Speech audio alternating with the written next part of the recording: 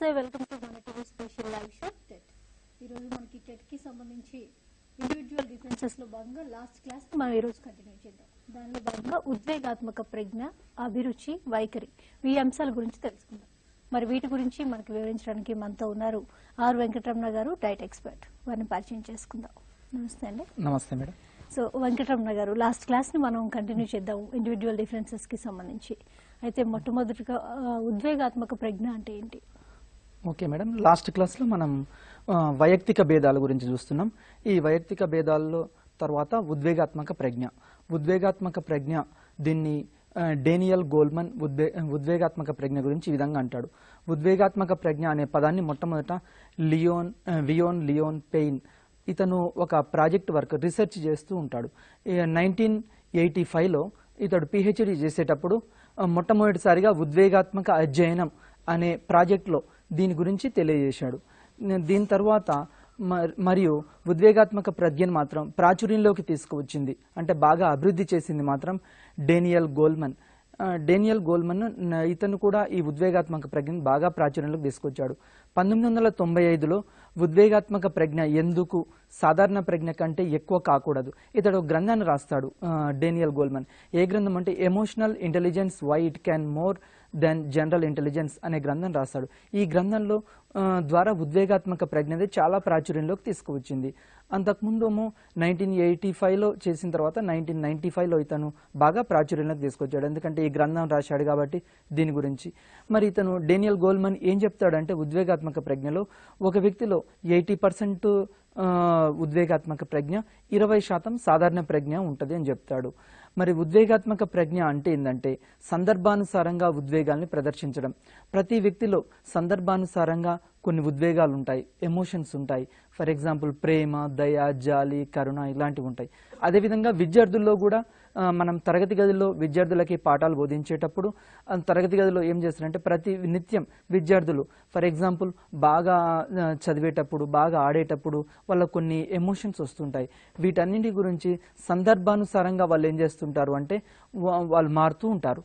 ఈ విధంగా సందర్భానుసారంగా వాళ్ళు ప్రదర్శించే ఈ ఎమోషన్స్ గురించి ఇక్కడ తెలియజేయడం జరుగుతుంది.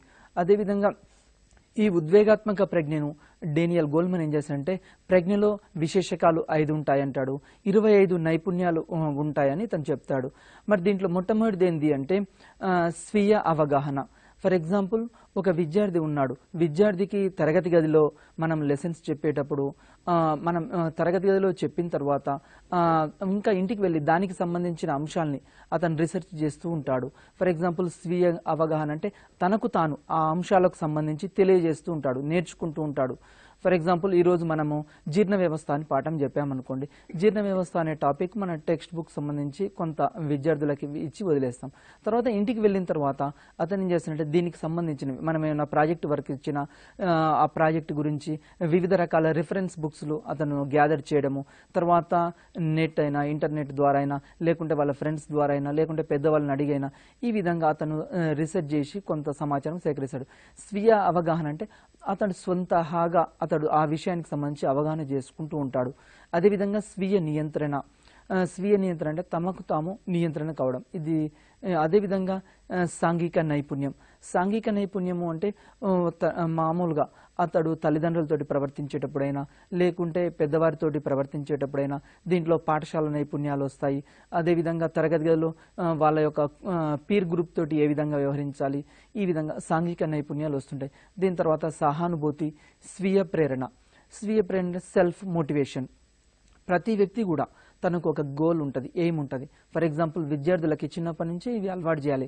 పెద్దగైన తర్వాత ఏం చేస్తాం, అతడికి ఒక ఎయిమ్ ఉంటుంది, డాక్టర్ కావాలి, ఇంజనీర్ కావాలి, లాయర్ కావాలి. మరి ఈ ఎయిమ్ని దృష్టిలో ఉంచుకొని అతడు నిరంతరం తనకు తాను ప్రేరణ పొందుతుంటాడు. ఎవరో వచ్చి చెప్పనవసరం లేదు. మనం కూడా వివిధ వృత్తుల్లో ఉన్నప్పుడు ఏ వృత్తికి సంబంధించిన ఏ ప్రొఫెషన్కి సంబంధించిన సెల్ఫ్గా వాళ్ళకు వాళ్ళు ప్రేరణ పొందుతూ ఉంటారు.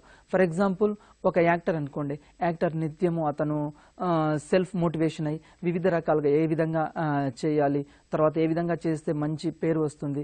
అదేవిధంగా ఒక ఉపాధ్యాయుడు అనుకోండి, ఉపాధ్యాయుడు కూడా ఏం చేస్తుంది, నిత్యం వివిధ రకాల గ్రంథాలు అధ్యయనం చేయడం, తర్వాత తరగతి గదిలో విద్యార్థులకి నిత్య నూతనంగా వచ్చే మార్పులు, విద్యా వ్యవస్థలో వచ్చే మార్పుల గురించి పొందుతుంటాడు. అదేవిధంగా విద్యార్థులు కూడా సెల్ఫ్ మోటివేషన్ తోటి, ఈ ఫర్ ఎగ్జాంపుల్ వీళ్ళు టెట్ ప్రిపేర్ అవుతున్న అభ్యర్థులు ఉన్నారు, వీళ్ళు కూడా చదివేటప్పుడు ఒక్కోసారి పీఠభూమి దశ వస్తుంది. మన యొక్క చదివేటప్పుడు అరే చదువు ఆపేద్దాం, దాన్ని పీఠభూమి దశ అంటాం.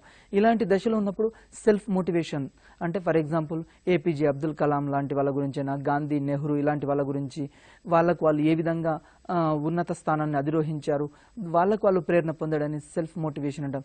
ఈ విధంగా డేనియల్ గోల్మెన్ ఉద్వేగాత్మక ప్రజ్ఞ గురించి వివరించడం జరిగింది. ఓకే సార్, అయితే వైఖరి అంటే ఏంటి ఒకసారి వివరిస్తారా? ఓకే మేడం, వైఖరి గురించి ఒకసారి ఆలోచిద్దాం. వైఖరి అంటే ఏదైనా ఒక అంశం పట్ల మనకు అనుకూలంగా అయినా కావచ్చు, ప్రతికూలంగా అయినా కావచ్చు, ప్రతిస్పందించడాన్ని తెలియజేయడాన్ని వైఖరి అంటాం. ఫర్ ఎగ్జాంపుల్ మనకు ఏదైనా ఒక టాపిక్ తీసుకుంటే, ఫర్ ఎగ్జాంపుల్ ఒక నటుడి గురించి తీసుకుందాం, చిరంజీవి. మరి చిరంజీవి గురించి అనుకూలంగానే చెప్పవచ్చు కొద్దిమంది విద్యార్థులు, కొద్దిమంది ప్రతికూలంగా చెప్పవచ్చు. ఈ విధంగా అనుకూలంగా ప్రతికూలంగా తెలియజేసే అంశాన్ని, ఒక అంశం పట్ల దాన్ని వైఖరి అంటాం. మరి ఈ వైఖరికి సంబంధించి కొన్ని డెఫినేషన్స్ మనకి ఎగ్జామినేషన్ పాయింట్ ఆఫ్ వ్యూలో ఏమంటుందా అంటే నిర్వచనం ఇస్తాడు, ఇది ఎవరన్నారు, ఇట్లాంటివి వస్తుంటాయి. ఫర్ ఎగ్జాంపుల్ కొన్ని నిర్వచనాలు ఇక డెఫినేషన్ చూద్దాం. వ్యక్తి పట్ల లేదా విషయం పట్ల ప్రతిస్పందించే ప్రత్యేక ప్రవృత్తిని వైఖరి అంటారు.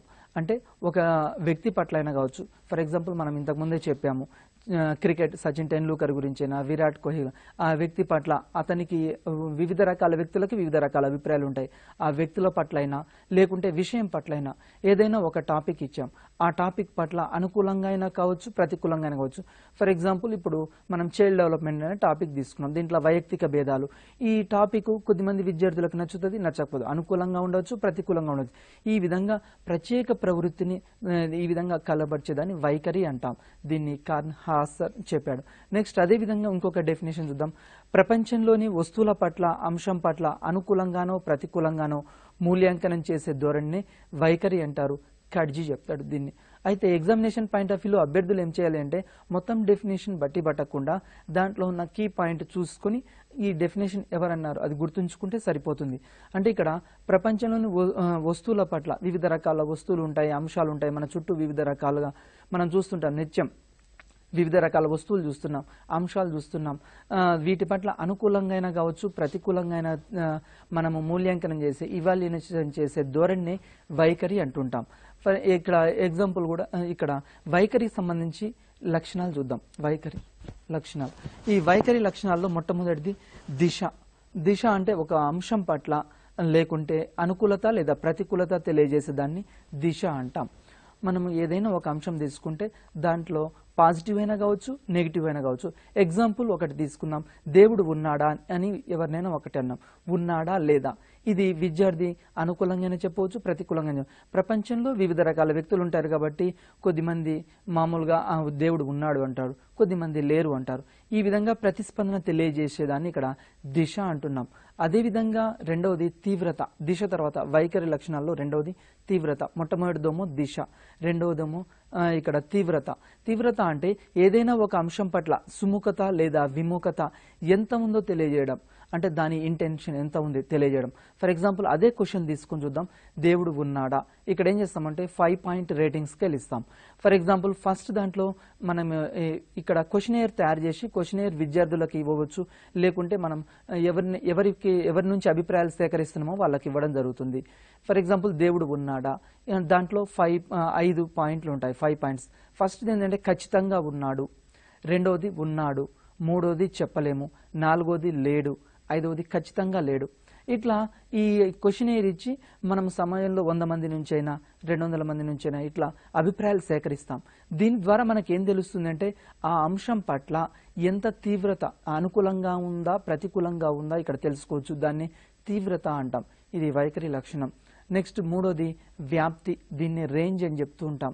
ఏదైనా ఒక అంశం పట్ల మనకు వివిధ వ్యక్తుల్లోనూ అభిప్రాయ భేదాలు ఉంటాయి. ఈ అభిప్రాయ భేదాలు ఏ విధంగా ఉన్నాయి ఇది తెలుసుకోవడాన్ని ఇక్కడ వ్యాప్తి లేదా రేంజ్ అని చెప్తూ ఉంటాం. దీనికి సంబంధించి ఇక్కడ ఎగ్జాంపుల్ తీసుకుందాం. పాఠశాల విద్యలో లైంగిక విద్య ప్రవేశపెట్టాలా వద్దా అని ఒక అంశం ఇచ్చాం మనం. ఈ అంశం ఇచ్చినప్పుడు అది ప్రతికూలంగా తెలియవచ్చు, వ్యతిరేకంగా తెలియవచ్చు. ఫర్ ఎగ్జాంపుల్ లైంగిక విద్య అని ఉంది. ఈ లైంగిక విద్యకు సంబంధించి మనం ప్రవేశపెట్టాలా వద్దా అని ఒకసారి ఆలోచిద్దాం. ప్రవేశపెట్టాలా వద్దా అన్నప్పుడు దాంట్లో వివిధ రకాల వ్యక్తులు వివిధ రకాలుగా ఇస్తుంటారు. కొద్దిమంది ఏమో ప్రవేశపెట్టాలి అంటారు, కొద్దిమంది వద్దంటూ ఉంటారు. ఈ లైంగిక విద్యకు సంబంధించి ఇది ఒక క్వశ్చన్. లేకుంటే పాఠశాలలో ప్రధానోపాధ్యాయుడు ఉన్నాడు, ప్రధానోపాధ్యాయుని ఒక క్వశ్చన్ వేయచ్చు, ఏంటంటే హరితహారం అనే ప్రోగ్రాం మన పాఠశాలలో ఇంప్లిమెంట్ చేయాలా వద్దా. దీని పట్ల విద్యార్థులు ప్రతిస్పందిస్తూ ఉంటారు. అంటే ఒక అంశం పట్ల అభిప్రాయాలు తెలియజేయడాన్ని ఇక్కడ వ్యాప్తి అంటాం. ఏ విధంగా వ్యాపించి ఉంది, ఇది వైఖరికి సంబంధించిన లక్షణాలు. అదేవిధంగా వైఖరి లక్షణాలు ఒక ముఖ్య అంశాలు చూద్దాం. దీంట్లో వైఖరిలో ఉన్న ముఖ్య అంశాలు. నెంబర్ 1, వైఖరులు అనేవి పుట్టుకతోటి రావు. ఎట్లా వస్తాయంటే బై బర్త్ తోటి వైఖరి యాటిట్యూడ్ రాదు. మరి ఎట్లా వస్తుంది? ఇక్కడ అనుభవం తోటి వస్తుంది, ఎక్స్పీరియన్స్ తోటి వస్తుంది. ఫర్ ఎగ్జాంపుల్ ఒక అంశం పట్ల ఎట్లా వస్తుందంటే మనకు అనుభవంతో. ఫర్ ఎగ్జాంపుల్ అనుభవము అంటే తరగతి గదిలో మనము క్యాండిల్ వెలిగించాము, క్యాండిల్ వెలిగించి కాంతి ధర్మాల గురించి తెలుసుకోవచ్చు.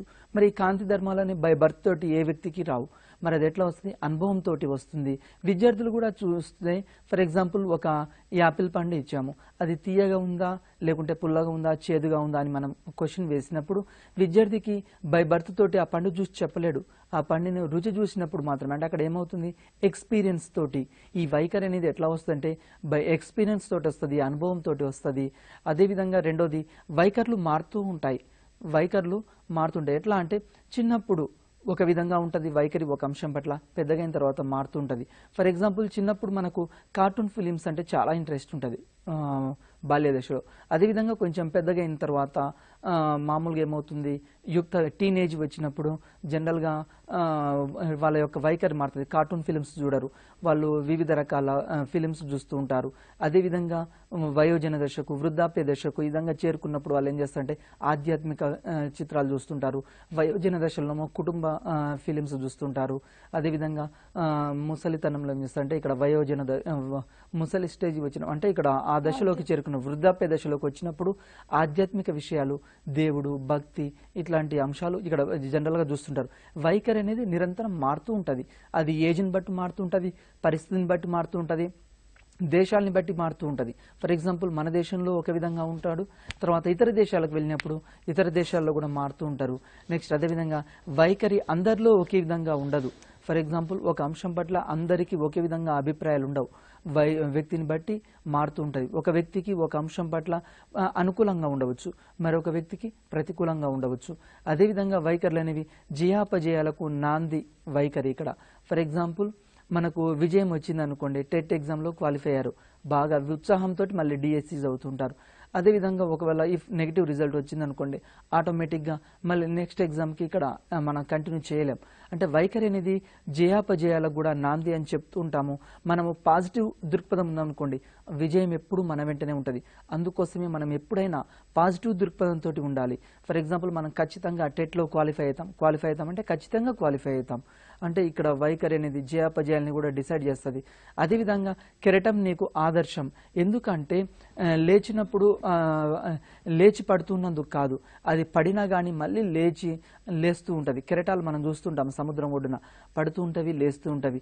మరి ఆ కెరటంలో మనకు ఇట్లా పడి మళ్ళీ లేచినప్పుడు దాంట్లో ఏమవుతుంటే దృఢమైన భావన, మనకు దృఢమైన వైఖరి ఉంటుంది. ఎప్పుడైనా సరే మనం సముద్రం ఒడ్డున కూర్చున్నప్పుడు ఆ అలలు ఈ విధంగా వచ్చిపోతుంటాయి, కెరటాలు అప్ అండ్ డౌన్ అవుతూ ఉంటాయి.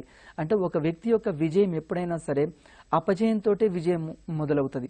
అందుకోసమే మనం ఒక ఎగ్జామ్లో ఫెయిల్ అయ్యాం అనుకోండి, వెంటనే ఫెయిల్ అయితే మనం కుంగిపోవద్దు.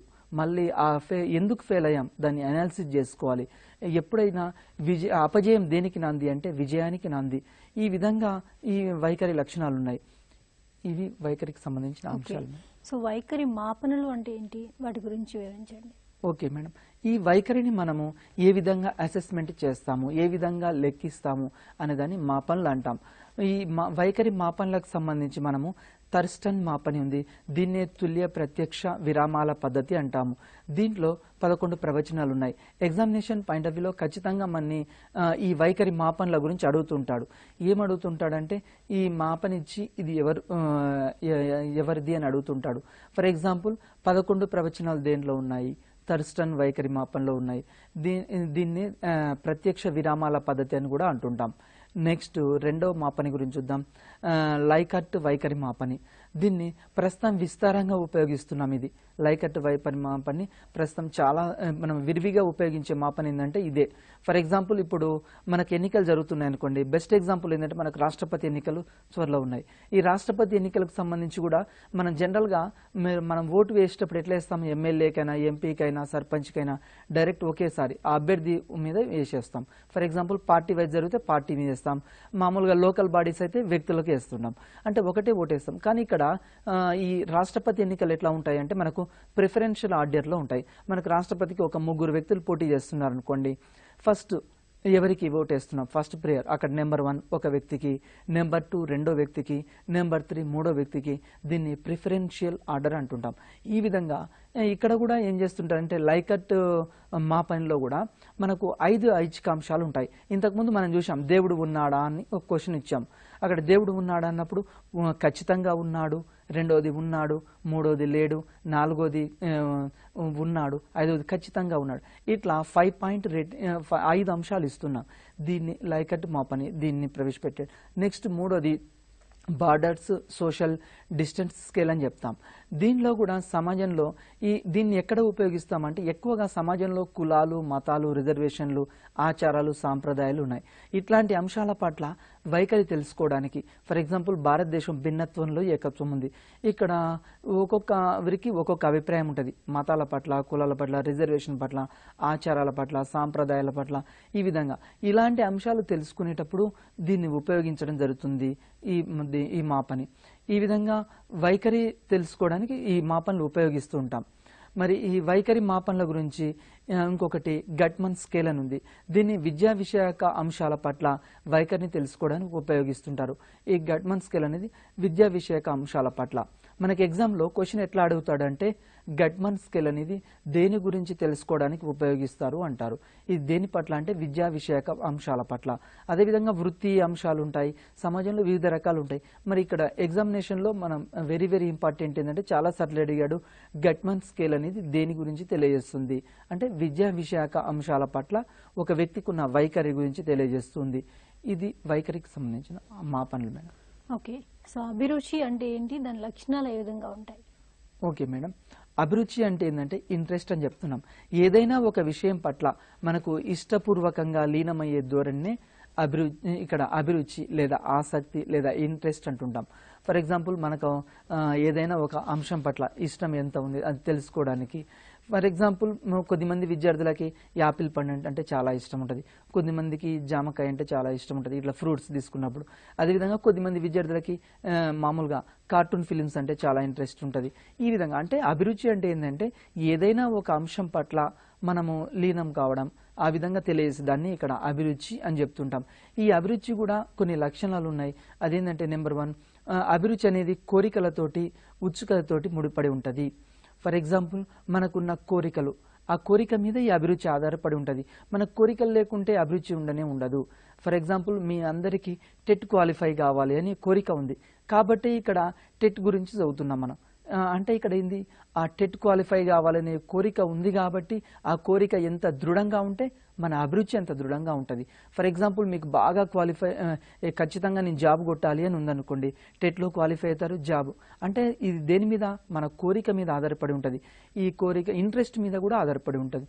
దీని రెండు అంటే మన కోరిక ఎంత బలంగా ఉంటే మన అభిరుచి కూడా అంత బలంగా ఉంటుంది. ఎవరికైతే జాబ్ బాగా నీడ్ ఉంటుందో, అవసరం ఉంటుందో వాళ్ళకి ఖచ్చితంగా జాబ్ అనేది వస్తుంది. ఎందుకంటే బాగా చదువుతాం దానికోసం. అదేవిధంగా ఆసక్తులు కూడా వయస్సుకు అనుగుణంగా మారుతూ ఉంటాయి. ఫర్ ఎగ్జాంపుల్ చిన్నప్పుడు ఒక రకమైన షర్ట్స్ వేస్తుంటారు, ఒక రకమైన రంగు అంటే ఇంట్రెస్ట్ ఉంటుంది. ఒకవేళ మన యొక్క ఏజ్ మారింది అనుకోండి, మీరు స్కూల్ ఏజ్ నుంచి కాలేజ్ ఏజ్లోకి వచ్చారు, ఆటోమేటిక్గా మన యొక్క ఇంట్రెస్ట్ కూడా మారుతూ ఉంటుంది. స్కూల్ ఏజ్లో కొద్దిమంది ఫ్రెండ్స్ ఉంటారు, కాలేజీలోకి రాగానే ఏం చేస్తాము, 10th క్లాస్ తర్వాత ఇంటర్లోకి వెళ్ళగానే కొత్త ఫ్రెండ్స్ మనకు ఉంటారు. మన యొక్క అభిరుచులు మారుతుంటాయి, అలవాట్లు మారుతుంటాయి. ఇది వయసుతోటి మారుతూ ఉంటుంది. అంటే మన యొక్క శరీరంలో వచ్చే మార్పులకు అనుగుణంగా ఈ అభిరుచులు కూడా మారుతాయి. 10th క్లాస్ క్లాస్ వరకు ఒక రకమైన అభిరుచులు ఉంటాయి, ఇంటర్లోకి పోగానే ఒక రకమైన అభిరుచులు ఉంటాయి, కాలేజ్ స్టేజ్ దాటిన తర్వాత ఉద్యోగంలోకి వచ్చిన తర్వాత మరొక అభిరుచులు ఉంటాయి. ఈ అభిరుచి అనేది, ఆసక్తులు అనేవి వయస్సుకు అనుగుణంగా మారుతూ ఉంటాయి అభిరుచులు. నెక్స్ట్ అదేవిధంగా అభిరుచులు, ఆసక్తులు అనేవి అందరిలో ఒకే విధంగా ఉండవు. ఇవి వ్యక్తిని బట్టి మారుతూ ఉంటాయి. ఒక్కొక్క వ్యక్తికి ఒక్కొక్క విధంగా ఉంటాయి. ఫర్ ఎగ్జాంపుల్, ఒక వ్యక్తికి క్రికెట్ అంటే బాగా ఇంట్రెస్ట్ ఉంటుంది. అందుకోసమే సచిన్ టెండూల్కర్ చూడండి, ఈరోజు ఒక గొప్ప క్రికెటర్ అయ్యాడు. అంటే అతనికి క్రీడారంగం పట్ల చాలా ఇంట్రెస్ట్ ఉంది. మరి అదేవిధంగా ఏపీజే అబ్దుల్ కలాం చూద్దాం, అతనికి క్రీడల పట్ల ఇంట్రెస్ట్ లేదు. అతనికి ఏ విధంగా ఉంది? చదువు, ఈ విజ్ఞానం పట్ల, విజ్ఞాన ఆర్జన చేయాల, అందుకోసమే అతను ఒక గొప్ప సైంటిస్ట్ అయ్యాడు. అంటే ఇక్కడ అభిరుచులు అనేవి ప్రపంచంలో ఏ ఇద్దరు వ్యక్తులకు ఒకే విధంగా ఉండవు, వ్యక్తిని బట్టి మారుతూ ఉంటాయి. ఫర్ ఎగ్జాంపుల్, కవలలు, ఇద్దరు అన్నదమ్ముళ్ళు అనుకోండి, అన్న ఒక ఫీల్డ్లోకి వెళ్తాడు, తమ్ముడు ఒక ఫీల్డ్లోకి వెళ్తాడు. అదేవిధంగా మన కుటుంబం తీసుకున్నాం అనుకోండి, కుటుంబంలో కూడా అందరికీ ఒకే విధమైన ఇంట్రెస్ట్ ఉండదు. ఒక అతను డాక్టర్ అవుతాడు, ఒక అతను ఇంజనీర్ అవుతాడు, ఒక అతను యాక్టర్ అవుతాడు, ఇంకో అతను మ్యూజిషియన్ అవుతాడు. ఈ విధంగా అంటే ఆసక్తులు అనేవి ఈ విధంగా ఒకే విధంగా ఉండవు, ప్రపంచంలో మారుతూ ఉంటాయి, వ్యక్తిని బట్టి మారుతూ ఉంటాయి. అదేవిధంగా ఏదైనా ఒక పని మనం పదే పదే చేస్తున్నాం అనుకోండి, ఆటోమేటిక్గా ఆ ఫీల్డ్ పట్ల మనకు ఇంట్రెస్ట్ ఏర్పడుతుంది, అభిరుచి ఏర్పడుతుంది. ఫర్ ఎగ్జాంపుల్, మీకు టీచింగ్ ఫీల్డ్ బాగా ఇంట్రెస్ట్ అనుకోండి, మీరు ఎక్కువ బుక్స్ చదువుతుంటే ఆటోమేటిక్గా టీచింగ్ ఫీల్డ్లోకి రాస్తారు. అదేవిధంగా కొద్దిమందికి సినిమాలు ఇంట్రెస్ట్ ఉంటాయి, కొద్దిమంది పిల్లలకి వాళ్ళు బాగా ఫిలిమ్స్ చూశారనుకోండి, వాళ్ళు యాక్టర్స్ అవుతారు. అంటే ఆ విధంగా అంటే మన అభిరుచి అనేది ఏ అంశాన్ని అయితే ఎక్కువ చేస్తుంటామో, పదే పదే చేస్తుంటామో దాని పట్ల ఇంట్రెస్ట్ ఏర్పడుతుంది, అభిరుచి అనేది మారుతూ ఉంటుంది. ఏ పని అయితే మనం విరివిరిగా చేస్తున్నామో దాని పట్ల ఇంట్రెస్ట్ ఏర్పడుతుంది. ఫర్ ఎగ్జాంపుల్, ఒక పని పట్ల మనకు ఇంట్రెస్ట్ లేదనుకోండి, ఆ ఫీల్డ్లో ఎక్కువ కాలం కొనసాగలేం. ఫర్ ఎగ్జాంపుల్, మీ డాడీ మిమ్మల్ని ఏం చేశాడు, బలవంతంగా తీసుకొచ్చి ఇంజనీరింగ్ చదివిస్తున్నాడు. మీరు ఆ ఫీల్డ్ మీరు చదివినా కానీ ఇంజనీరింగ్ వెంటనే ఆ ఫీల్డ్లో ఉండరు. ఫర్ ఎగ్జాంపుల్, మీకు ప్రజలకు సేవ చేయాలని ఉందనుకోండి, ఆటోమేటిక్గా ఐఏఎస్, ఐపీఎస్ ఇట్లాంటి గ్రూప్స్ ఎగ్జామ్స్ రాసి వేరే ఫీల్డ్లోకి మారుతారు. అంటే అభిరుచి అనేది ఎట్లా ఉంటుంది అంటే ఆ పని పట్ల మనకి ఇంట్రెస్ట్ ఉన్నప్పుడు మారుతుంది. అదేవిధంగా ఆసక్తి అనేది అవధానం పైన కూడా ఆధారపడి ఉంటుంది. మనం ఏ పని అయితే చేస్తున్నామో ఆ పని పట్ల మనకు అవధానం ఏర్పడుతుంటుంది. అంటే ఆసక్తి, అవధానం ఇవి రెండు పరస్పరం సంబంధంతో ఉంటుంది. ఎక్కడైతే ఆసక్తి ఉంటుందో అక్కడ అవధానం ఉంటుంది. అంటే అవధానం అంటే ఏకాగ్రత. మనకు ఒక పని చేస్తున్నాం, ఆ పని పట్ల ఏకాగ్రత అనేది వస్తుంది. ఏకాగ్రత ఉంటే ఆటోమేటిక్గా ఆసక్తి అనేది వస్తూ ఉంటుంది. ఈ విధంగా అభిరుచికి సంబంధించి ఇంకా అభిరుచి అనేది ఆసక్తికి ప్రేరణ కూడా ఒక శక్తిని ఇస్తుంది. ఫర్ ఎగ్జాంపుల్, మన లోపల ప్రేరణ ఉందనుకోండి, ప్రేరణ అనేది దేనికి పురిగొల్తుంది అంటే ఆసక్తి పట్ల. ఫర్ ఎగ్జాంపుల్, డాక్టర్ కావాలి అనే ఒక ప్రేరణ చిన్నప్పటి నుంచి బలంగా ఉందనుకోండి, ఆటోమేటిక్గా డాక్టర్ అవుతాం. ఒకవేళ లేకుంటే మామూలుగా మనం యాంకర్ కావాలనుకోండి, యాంకర్ కావాలంటే చిన్నప్పటి నుంచి యాంకర్ కావాలనే ఉద్దేశంతో బాగా టీవీ సీరియల్స్ ఇట్లాంటి అబ్జర్వ్ చేస్తుంటారు, టీవీలో వచ్చే ప్రోగ్రామ్స్ అబ్జర్వ్ చేస్తుంటారు. అంటే మనకు ఆసక్తి ఉండగానే సరిపోదు, ప్రేరణ కూడా ఉండాలి. ఈ విధంగా ప్రేరణ కూడా అభిరుచిని మనం డిసైడ్ చేస్తూ ఉంటుంది. తర్వాత మరి ఉపాధ్యాయుడు ఏం చేయాలి? తరగతి గదిలో పిల్లల్లో ఆసక్తిని పెంచాలి. ఫర్ ఎగ్జాంపుల్, మన యొక్క ప్రధాన బాధ్యత ఏంటంటే, ఉపాధ్యాయుల యొక్క బాధ్యత ఏంటంటే తరగతి గదిలో పిల్లలకి ఇంట్రెస్ట్ పెంచాలి. అంటే ఏం చేయాలి అంటే మనము నూతన బోధనా పద్ధతులు ఉపయోగించాలి. తరగతి గదిలో ఎప్పుడూ సాంప్రదాయక బోధనా పద్ధతులతోటి బోధించవద్దు. ఫర్ ఎగ్జాంపుల్, ఒక లెసన్ మనము ఉపన్యాస పద్ధతిలో బోధించామనుకోండి, నెక్స్ట్ లెసన్ ప్రయోగాల పద్ధతిలో బోధించాలి, లేకుంటే కృత్యాధార పద్ధతిలో బోధించాలి, లేకుంటే క్రీడా పద్ధతిలో బోధించాలి. అంటే ఇక్కడ తరగతి గదిలోకి వెళ్ళేటప్పుడు నిత్యం మనం యాక్టివ్గా వెళ్ళాలి. ఎప్పుడైనా తరగతి గదిలోకి ఉపాధ్యాయుడు వెళ్ళినప్పుడు నవ్వుతూ ఉండాలి, పిల్లలతోటి కలిసిపోతూ ఉండాలి. అందుకోసమే ఇక్కడ నూతన బోధనా పద్ధతులు, ఫర్ ఎగ్జాంపుల్ మనం బిఎడ్, డిఎడ్లో చదువుకున్న బోధనా పద్ధతులు ఉపయోగించాలా తరగతి గదిలోకి వెళ్ళినాక అంటే ఆ విధంగా మన మీద రిస్ట్రిక్షన్స్ ఏముండవు. పిల్లలకి అర్థమయ్యేటట్లు ఏ బోధనా పద్ధతి ఉపయోగిస్తే పిల్లలకు అర్థమవుతుందో ఆ బోధనా పద్ధతిని ఉపయోగించుకోండి, అది తప్పు కాదు. మనము ఫర్ ఎగ్జాంపుల్, ఇప్పుడు మీరు టెట్కి ప్రిపేర్ అవుతున్నారు, టెట్లో కొన్ని బిఎడ్లో కొన్ని బోధనా పద్ధతులు నేర్చుకున్నారు. మనం తరగతి గదికి వెళ్ళిన తర్వాత అదే బోధనా పద్ధతి షూట్ అవుతుందా అంటే షూట్ కాకుండా మార్చుకోవచ్చు. మన యొక్క బోధనా పద్ధతి అనేది నిత్యం మనం పుస్తకాలు చదువుతూ ఉండాలి. ఎప్పుడైతే ఒక క్యాండిల్ కరుగుతూ వెలుగునిస్తుందో ఒక ఉపాధ్యాయుడు కూడా నిత్యం ఏం చేయాలంటే పుస్తకాలు బాగా అధ్యయనం చేయాలి, విద్యా వ్యవస్థలో వస్తున్న మార్పులను అధ్యయనం చేయాలి. అదేవిధంగా విద్యార్థులకు ప్రేరణ కలిగించాలి. ఉపాధ్యాయుడు ఎప్పుడు నిత్యం తరగతి గదిలో ప్రేరణ కలిగించాలి, మోటివేషన్ కలిగించాలి. విద్యార్థి ఎప్పుడైతే ఉపాధ్యాయుడు నిత్యము ఆహ్లాదంగా ఉంటాడో, ఉత్సాహంగా ఉంటాడో, ఆనందంగా ఉంటాడో తరగతి గదికి వెళ్ళినప్పుడు విద్యార్థులు కూడా అట్రాక్ట్గా ఉంటారు. మనం తరగతి గదిలోకి వెళ్ళి డల్గా ఉన్నామనుకోండి, ఆటోమేటిక్గా విద్యార్థులు డల్ అవుతారు. అందుకోసం మీ విద్యార్థులకు ఎప్పుడు మనం ఇన్స్పిరేట్గా ఉండాలి. అందుకోసమే ఉపాధ్యాయుడు తరగతి గదిలో ఒక యాక్టర్ లాగా ఉండాలి, ఒక యాంకర్ లాగా ఉండాలి. ఎందుకంటే తరగతి గదిలో విద్యార్థులకి మోటివేషన్ ఇవ్వాలి, వాళ్ళకి ప్రేరణ ఇవ్వాలి. వాళ్ళు ఏ అంశాల పట్ల అయితే ఇంట్రెస్ట్ ఉందో ఆ అంశాల పట్ల ప్రేరణ కలిగిస్తుండాలి. వాళ్ళకి కొత్త కొత్త బుక్స్ చదివించే ఏర్పాటు చేయాలి. తర్వాత మార్కెట్లో ఉన్న ఇంటర్నెట్ను ఉపయోగించుకోవాలి, తర్వాత కంప్యూటర్స్ను ఉపయోగించుకోవాలి. వీటి ద్వారా విద్యా వ్యవస్థలో వస్తున్న మార్పులు మన దేశాన్ని కాకుండా ప్రపంచ దేశాలు, ఈరోజు అభివృద్ధి చెందిన అమెరికా, బ్రిటన్, ఫ్రాన్స్ ఇట్లాంటి దేశాల్లో వస్తున్న మార్పులు ఏంది, ఈ అంశం పట్ల వాళ్ళలో అక్కడ ఏం రీసెర్చ్ జరిగింది, ఇవన్నీ విద్యార్థులకు తెలియజేస్తుండాలి. తరగతి గదిలో నిత్యం ఏం చేయాలంటే ఉపాధ్యాయుడు గొప్ప గొప్ప వ్యక్తుల గురించి, మేధావుల గురించి కొన్ని కథలు చెప్తుండాలి. ఫర్ ఎగ్జాంపుల్ శ్రీనివాస రామానుజన్ ఉన్నాడు, అదేవిధంగా చంద్రశేఖర్ ఉన్నాడు, అదేవిధంగా అల్లూరి సీతారామరాజు ఉన్నాడు. అంటే గొప్ప వ్యక్తుల గురించి తరగతి గదిలో ఎప్పుడు చెప్తుంటే వాళ్ళకు ప్రేరణ కలుగుతుంటుంది. ప్రొఫెసర్ జయశంకర్ సార్ ఉన్నాడు, వీళ్ళ గురించి మనం నిత్యం తరగతి గదిలో చెప్తూ ఉంటే విద్యార్థుల్లో ప్రేరణ కలుగుతుంటుంది. అదేవిధంగా తరగతి గదిలోకి వెళ్ళిన తర్వాత ఆటపాటలతోటి బోధించాలి. మనం తరగతి గదిలోకి వెళ్ళిన తర్వాత మనము ఎప్పుడు ఒకే పద్ధతిలో బోధించకూడదు. విద్యార్థులతోటి కలిసిపోయి మనము తక్కువ మాట్లాడాలి, తరగతి గదిలో విద్యార్థులతోటి ఎక్కువ మాట్లాడించాలి.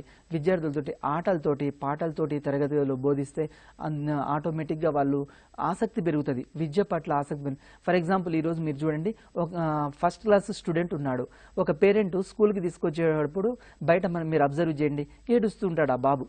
మరి ఆ బాబు ఏడుస్తున్నాడు అంటే అర్థమైంది అంటే తరగతి అంటే ఆ అబ్బాయికి ఇంట్రెస్ట్ లేదు. మరి ఆ అబ్బాయికి ఇంట్రెస్ట్ కలిగాలంటే తరగతి గది ఎట్లా ఉండాలి, ఆహ్లాదకరంగా ఉండాలి.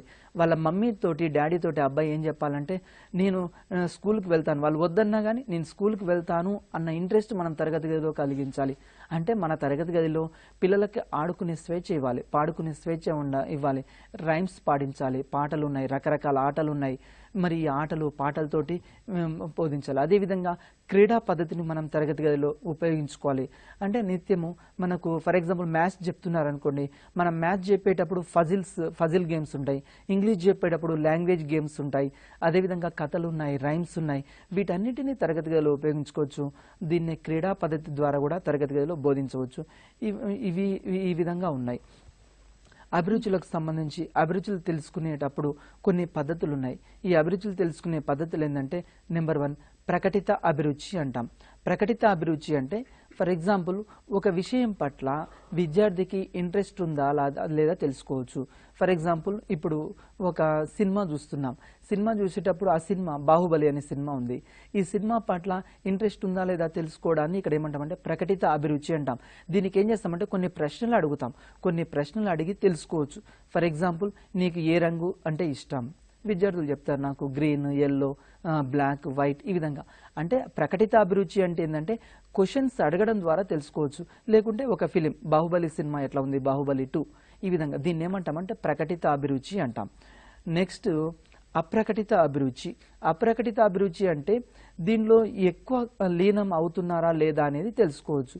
ఏ విధంగా అంటే పిల్లలు ఏ విషయం పట్ల లీనమవుతున్నారు, ఏ విషయం పట్ల ఇంట్రెస్ట్ ఉన్నారు తరగతి గదిలో, దాని గురించి మనం తెలుసుకోదాన్ని అప్రకటిత అభిరుచి అంటాం. ఇందాక దాంట్లోనేమో ప్రకటిత అభిరుచిలోనేమో క్వశ్చన్స్ అడుగుతున్నాం, క్వశ్చన్స్ అడిగి తెలుసుకుంటున్నాం. ఈ అప్రకటిత అభిరుచిలో క్వశ్చన్స్ అడగం. పిల్లలు ఫర్ ఎగ్జాంపుల్ తరగతి గదిలో మ్యాథ్స్ బాగా చేస్తున్నారు అనుకోండి, దాని అర్థం ఏంది, వాళ్ళకి మ్యాథ్స్ అంటే ఇంట్రెస్ట్ అని. అక్కడ అప్రకటిత అభిరుచి, మనం క్వశ్చన్ అడగట్లేదు కానీ తెలుసుకోవచ్చు. అదేవిధంగా తెలుగు బాగా చదువుతున్నారు అనుకోండి, కథలు బాగా చదువుతున్నారు అంటే అర్థమైంది వాళ్ళకి లాంగ్వేజ్ అంటే చాలా ఇంట్రెస్ట్. అదేవిధంగా పిల్లలు కార్టూన్ ఫిలిమ్స్ బాగా చూస్తున్నారు అనుకోండి, వాళ్ళకి ఆ ఫిలిమ్స్ అంటే చాలా ఇంట్రెస్ట్. అప్రకటిత అభిరుచిలో పిల్లలు దేంట్లో లీనమయ్యారో, మనం ఇంటికి వెళ్ళిన తర్వాత ఛానల్స్ ఉంటాయి, వివిధ రకాల ఛానల్స్. పిల్లలు కార్టూన్ ఫిలిమ్స్ చూస్తుంటే మనం వెంటనే చెప్పొచ్చు వాళ్ళకి మనం ఏంటిది, వాళ్ళకి కార్టూన్ ఫిలిమ్స్ అంటే ఇంట్రెస్ట్ అని. అప్రకటిత అభిరుచిలో క్వశ్చన్స్ ఉండవు. నెక్స్ట్ ఈ విధంగా అప్రకటిత అభిరుచి గురించి చెప్తూ ఉంటాం. నెక్స్ట్ అదేవిధంగా అభిరుచి శోధికల్లో ఇంకొకటి స్ట్రాంగ్ అభిరుచి శోధిక అని ఉంది. దీంట్లో 16 సంవత్సరాలకు పైబడిన వారి గురించి ఇక్కడ అభిప్రాయాలు తెలుసుకోవడానికి. ఫర్ ఎగ్జాంపుల్ స్ట్రాంగ్ అభిరుచి శోధిక ఎగ్జామినేషన్ పాయింట్ ఆఫ్ వ్యూలో ఏమడుగుతాడంటే స్ట్రాంగ్ అభిరుచి శోధిక అనేది ఈ ఏజ్ గ్రూప్ వాళ్ళకి ఉపయోగిస్తారు. 0 to 5, 5 to 10, 16 ఎబో అని ఇస్తాడు అనుకోండి. అక్కడ ఏంటిది 16 ఎబో ఏజ్ గ్రూప్లో ఉన్న వాళ్ళకు అభిప్రాయాలు తెలుసుకోవడానికి ఈ స్ట్రాంగ్ అభిరుచి శోధిక అనేది ఉపయోగపడుతుంది. ఎగ్జామినేషన్లో ఈ విధంగా అడుగుతాడు. అంటే క్వశ్చన్ ఏంటంటే స్ట్రాంగ్ అభిరుచి శోధిక అనేది ఎన్ని సంవత్సరాల వాళ్ళకు ఉపయోగపడుతుంది అంటే 16 సంవత్సరాల పైబడిన వారిలో అభిరుచులు తెలుసుకోవడానికి దీన్ని ఉపయోగిస్తాం. ఫర్ ఎగ్జాంపుల్ వివిధ వృత్తుల గురించి, నీకు ఏ ప్రొఫెషన్ అంటే ఇంట్రెస్ట్, లేకుంటే పాఠశాల విషయాల గురించి కూడా అడగవచ్చు. ఫర్ ఎగ్జాంపుల్ పాఠశాలలో నీకు ఏ అంశాలు బాగా నచ్చాయి, హరితహారం నచ్చాయా, లేకుంటే పాఠశాలలో నిర్వహించే వివిధ కార్యక్రమాలు, స్పోర్ట్స్, క్విజ్ కార్యక్రమాలు, డిబేట్ కాంపిటీషన్, ఎస్ఏ కాంపిటీషన్స్, ఇట్లాంటి గురించి మనం పాఠశాల విషయాల గురించి కూడా మనం ఇక్కడ తెలుసుకోవచ్చు. ఇది స్ట్రాంగ్ అభిరుచి శోధిక. అదేవిధంగా నెక్స్ట్ అభిరుచి శోధిక ఏంటంటే క్యూడర్ అభిరుచి శోధిక. దీని యందు 30 పరీక్షాంశాలు ఉంటాయి. ఎగ్జామినేషన్ పాయింట్ ఆఫ్ వ్యూలో ఎట్లా ఇస్తాడంటే క్యూడర్ అభిరుచి శోధికలో ఎన్ని పరీక్షాంశాలు ఉంటాయని ఇస్తాడు. అంటే ఎన్ని పరీక్షాంశాలు అంటే 30 పరీక్షాంశాలు ఉంటాయి. ఇంకొకటి కూడా ఇస్తాడు, క్యూడర్ అభిరుచి శోధిక అనేది ఎవరికి ఉద్దేశించినది, ఇది పిల్లలకు ఉద్దేశించిందా, వయోజనులకు ఉద్దేశించిందా, ఈ విధంగా ఇస్తాడు. ఇది ఎవరికంటే వయోజనుల కొరకు ఉద్దేశించబడిన శోధిక. కాబట్టి మనం చదివేటప్పుడు బాగా పరిశీలించాల్సిన అంశం ఏంటంటే దాంట్లో ముఖ్యమైన అంశం ఏంది అనేది చూసుకోవాలి. అంటే క్యూడర్ అభిరుచి శోధికలో 30 పరీక్షాంశాలు ఉంటాయి. ఇది మాత్రం వయోజనుల కొరకు ఉద్దేశించబడింది.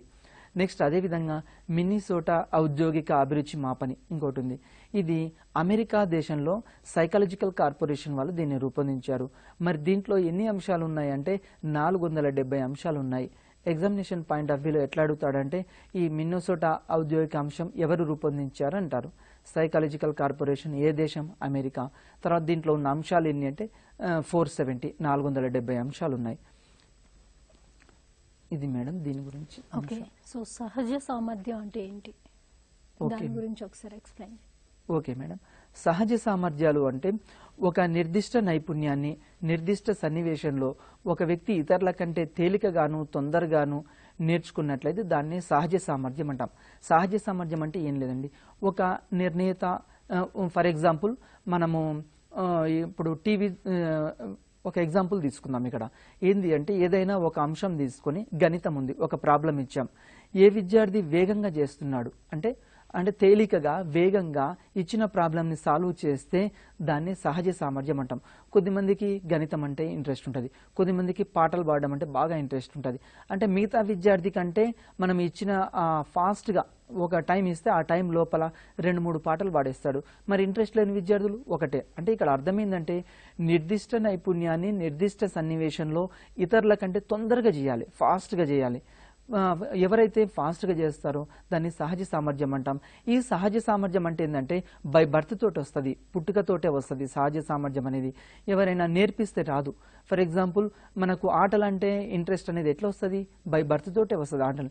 అదేవిధంగా మామూలుగా యాక్ట్ చేయాలనుకోండి, సినిమాల్లో యాక్ట్ చేయాలి, యాక్టింగ్ కూడా ఎట్లా వస్తుంది? బై బర్త్ తోటే వస్తుంది. అంటే ఇక్కడ సహజ సామర్థ్యాలు ఎట్లా వస్తాయి అంటే పుట్టుకతోటి అనేవి సహజ సామర్థ్యాలు వస్తాయి. సహజ సామర్థ్యం వ్యక్తి బై బర్త్ తోటే ఇక్కడ జనరల్గా వస్తూ ఉంటాయి. నెక్స్ట్ అదేవిధంగా ఒక వ్యక్తి ప్రజ్ఞ విశేషాలను బట్టి ఆ వ్యక్తి అనేక రంగాల్లో రాణిస్తాడు. ఫర్ ఎగ్జాంపుల్ ఇంటెలిజెన్స్ ఉందనుకోండి, మనకు ఐక్యూ ఉందనుకోండి, మనకు తెలివి ఉందనుకోండి, మనం అనేక రంగాల్లో రాణిస్తాం ఇంటెలిజెన్స్ ఉంటే, ప్రజ్ఞ ఉంటే. కానీ సహజ సామర్థ్యం ఉంటే ప్రత్యేకంగా ఒక రంగంలో మాత్రమే రాణిస్తాం. ఫర్ ఎగ్జాంపుల్ మనకు బాగా కొద్దిమందికి మెకానిక్ అంటే ఇంట్రెస్ట్ అనుకోండి, వాళ్ళు ఓన్లీ కార్ మెకానికో స్కూటర్ మెకానికో దానిలోకి వెళ్తారు. అంటే ఆ అబ్బాయికి ఆ విద్యార్థికి ఆ రంగం అంటే ఇంట్రెస్ట్. కొద్దిమందికి పాటలు పాడడం అంటే ఇంట్రెస్ట్ ఉంటుంది. అంటే సహజ సామర్థ్యం అనేది ఎట్లా ఉంటుందంటే ఒక రంగంలో స్పెషల్గా కొద్దిమంది క్రీడలు అంటే ఇంట్రెస్ట్ ఉంటుంది, కొద్దిమందికి పాటలు అంటే ఇంట్రెస్ట్ ఉంటుంది, కొద్దిమందికి డాక్టర్ ప్రొఫెషన్ అంటే ఇంట్రెస్ట్ ఉంటుంది, కొద్దిమందికి ఇంజనీరింగ్ ప్రొఫెషన్ అంటే ఇంట్రెస్ట్ ఉంటుంది, కొద్దిమందికి సినీ ఫీల్డ్లోకి రావడం ఇంట్రెస్ట్ ఉంటుంది. అంటే ఇక్కడ ఎట్లా ఉంటుందంటే బై బర్త్ తోటి న్యాచురల్గా విద్యార్థికి కొన్ని సహజ సామర్థ్యాలు ఉంటాయి. అదే ప్రజ్ఞ అంటే అట్లా కాదు. ప్రజ్ఞ అంటే అది అనేక రంగాల్లో రాణించగలుగుతాడు. ఫర్ ఎగ్జాంపుల్ రాజు అనే విద్యార్థి ఉన్నాడు, అతడు గణితం బాగా చేశాడు అనుకోండి, ఆటోమేటిక్గా రాజుకి సైన్స్ వస్తుంది, ఆటోమేటిక్గా రాజుకి తెలుగు వస్తుంది. ఈ విధంగా అంటే ప్రజ్ఞ ఉంటే మాత్రం అనేక రంగాల్లో రాణిస్తాడు. సహజ సామర్థ్యం ఉంటే ప్రత్యేకంగా ఒక రంగంలో మాత్రమే రాణించగలుగుతాడు. సహజ సామర్థ్యాల లక్షణాలు చూద్దాం. ఇవి ఎట్లా వస్తాయంటే పుట్టుకతోటి వస్తాయి, బై బర్త్ తోటి సంక్రమిస్తాయి. మనకి ఎగ్జామినేషన్ పాయింట్ ఆఫ్ వ్యూలో ఖచ్చితంగా క్వశ్చన్ ఎట్లా అడుగుతాడంటే వీటి లక్షణాల మీద అడుగుతాడు. ఫర్ ఎగ్జాంపుల్ ఒక మూడు లక్షణాలు ఇస్తాడు, నాలుగోది ఏంటంటే ఆ లక్షణం కానిదిస్తాడు. సహజ సామర్థ్యం ఏంది? పుట్టుకతోటి వస్తుంది. నెక్స్ట్ పుట్టుకతో వచ్చిన ఈ సహజ సామర్థ్యాలు పరిసరాల ప్రభావం వల్ల వికాసం చెందుతాయి. ఫర్ ఎగ్జాంపుల్ మనకు సినిమాలో యాక్ట్ చేయడం బాగా ఇంట్రెస్ట్ అనుకోండి. ఆ యాక్టింగ్ అనేది మనకు ఎట్లా వచ్చింది? బై బర్త్ తోటి వచ్చింది.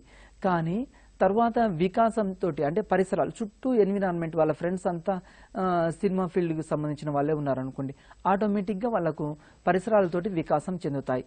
అంటే ఈ పుట్టుకతోటి వచ్చిన వాటిని మనకు చుట్టూ ఎన్విరాన్మెంట్ కూడా ఉండాలి. ఫర్ ఎగ్జాంపుల్ నేను యాక్టర్ అవుతా అంటే చుట్టూ ఎన్విరాన్మెంట్ లేదనుకోండి, యాక్టర్ కాలేం. మనకు చుట్టూ అంటే తల్లిదండ్రులు మోటివేట్ చేయాలి, ఉపాధ్యాయులు మోటివేట్ చేస్తే ఆ ఫీల్డ్లోకి వస్తారు. నెక్స్ట్ అదేవిధంగా ఇది ఒక వ్యక్తి ఏ రంగంలో రాణించగలడో సూచిస్తుంది. సహజ సామర్థ్యం ఉందనుకోండి, ఫర్ ఎగ్జాంపుల్ ఒక వ్యక్తి ఏ రంగంలో రాణిస్తాడో తెలియజేస్తాడు. మనము 10th క్లాస్ అయిపోయే వరకు ఒక విద్యార్థి ఏ రంగంలో రాణించగలడో తెలియజేస్తాము. అంటే మనం ఇచ్చే దాన్ని బట్టి, రిపోర్ట్ని బట్టి చెప్పొచ్చు. ఫర్ ఎగ్జాంపుల్ అతడికి మ్యాథ్స్ బాగా ఇంట్రెస్ట్ అనుకోండి, మ్యాథ్స్లో ఎక్కువ మార్కులు వస్తాయి, ఇతడు ఇంజనీరింగ్ సైడ్ అవచ్చు. ఒకవేళ సైన్స్ బాగా ఎక్కువ మార్కులు వచ్చాయి, ఆటోమేటిక్గా అతడు సైన్స్లో రాణిస్తాడు. కొద్దిమంది లేకుంటే లాంగ్వేజెస్ ఉన్నాయి అనుకోండి, అతడు కవిగా ఈ విధంగా సినీ ఫీల్డ్లోకి అంటే ఇక్కడ చెప్పొచ్చు ఒక వ్యక్తి ఏ రంగంలో రాణిస్తాడో మనం దీన్ని బట్టి చెప్పవచ్చు. అదేవిధంగా ఇవి అంతర్గతంగా నిగూఢంగా ఉంటాయి. సహజ సామర్థ్యం అనేది ఎట్లా ఉంటుంది అంటే ఒక వ్యక్తికి అంతర్గతంగా ఉంటుంది, నిగూఢంగా ఉంటుంది అతని లోపల. మరి తరగతి గదిలో విద్యార్థులు ఉన్నారనుకోండి, ఒక విద్యార్థికి మామూలుగా మ్యాథ్స్ రాదు, కానీ ఆ విద్యార్థి చిత్రాలు బాగా గీస్తున్నాడు అనుకోండి, ఆ లక్షణాన్ని మనం మోటివేట్ చేయాలి. ఒక ఉపాధ్యాయులుగా మనము ఏం చేయాలంటే అతన్ని మోటివేట్ చేయాలి. ఫర్ ఎగ్జాంపుల్ ఎంకరేజ్ చేశామనుకోండి, నువ్వు బాగా గీస్తున్నావు అని అతన్ని మోటివేట్ చేస్తే అతడు భవిష్యత్తులో ఒక గొప్ప చిత్రకారుడు అవుతాడు. అంటే పిల్లల లోపల ఉన్న సహజ సామర్థ్యాల్ని ఉపాధ్యాయులుగా మనం అబ్జర్వ్ చేసి అతని లోపల ఉన్న అంతర్గతంగా ఉన్న వాటిని బయటికి తీసుకురావాలి. అదేవిధంగా ఇవి ప్రతి వ్యక్తిలో ఉంటాయి. ప్రతి వ్యక్తిలో ఒక ప్రత్యేకమైన మానసిక సామర్థ్యం ఉంటుంది. ఫర్ ఎగ్జాంపుల్ క్లాస్లో 50 మంది విద్యార్థులు ఉంటే 50 మంది విద్యార్థులకి సహజ సామర్థ్యాలు ఉంటాయి. ఒక వ్యక్తికి డ్రాయింగ్ అంటే ఇంట్రెస్ట్ ఉంటుంది, ఒక వ్యక్తికి సింగింగ్ అంటే ఇంట్రెస్ట్ ఉంటుంది, ఒక వ్యక్తికి మ్యాథ్స్ అంటే ఇంట్రెస్ట్ ఉంటుంది. ఇవి ఎవరు గమనించాలి అంటే ఉపాధ్యాయులు గమనించాలి, తల్లిదండ్రులు గమనించాలి. ఆ విద్యార్థులకి ఏదైతే ఇంట్రెస్ట్ ఉంటుందో అంతర్గతంగా ఉన్న వాటిని బయటికి తీసుకురావాలి. అదేవిధంగా ఇది ఒక వ్యక్తి ప్రస్తుత స్థితి ఆధారంగా భవిష్యత్తు రంగాన్ని మనం ప్రాగుప్తీకరిస్తుంది. సహజ సామర్థ్యాల ఆధారంగా చెప్పొచ్చు మనము ఇతడు భవిష్యత్తులో ఏమవుతాడు, డాక్టర్ అవుతాడా, యాక్టర్ అవుతాడా, లాయర్ అవుతాడా, ఎట్లా చెప్పొచ్చు? ప్రజెంట్ సహజ సామర్థ్యాన్ని బట్టి, ప్రస్తుత సిచ్యువేషన్ బట్టి భవిష్యత్తులో అతడు ఏ రంగం వైపు పోతాడో మనం నిర్ధారించవచ్చు. అదేవిధంగా ఇది ఒక వ్యక్తిని మిగతా వ్యక్తులకు భిన్నంగా నిలుపుతుంది. సహజ సామర్థ్యం ఉందనుకోండి, ఒక వ్యక్తి నుంచి మరి ఒక వ్యక్తికి భిన్నంగా ఉంచవచ్చు. ఫర్ ఎగ్జాంపుల్ సచిన్ టెండూల్కర్ ఉన్నాడు. సచిన్ టెండూల్కర్ ఏంది, అతడికి క్రికెట్ అంటే ఇంట్రెస్ట్. అంటే మిగతా విద్యార్థులు, తరగతి గదిలో మిగతా విద్యార్థుల నుంచి సచిన్ టెండూల్కర్ని ఈరోజు మనం బయటికి చూడొచ్చు.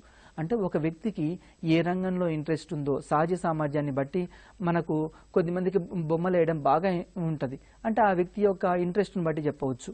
అదేవిధంగా నిర్వచనాలు చూద్దాం. సహజ సామర్థ్యం అంటే ఎగ్జామినేషన్ పాయింట్ ఆఫ్ వ్యూలో ఏం చేస్తారంటే నిర్వచనాలు కూడా ఇస్తాడు. ప్రత్యేక విభాగంలో ఉన్నత స్థాయికి చేరుకోగలిగే సామర్థ్యమే సహజ సామర్థ్యం అన్నది ఎవరు అంటే మన్ అనే అతను అన్నాడు.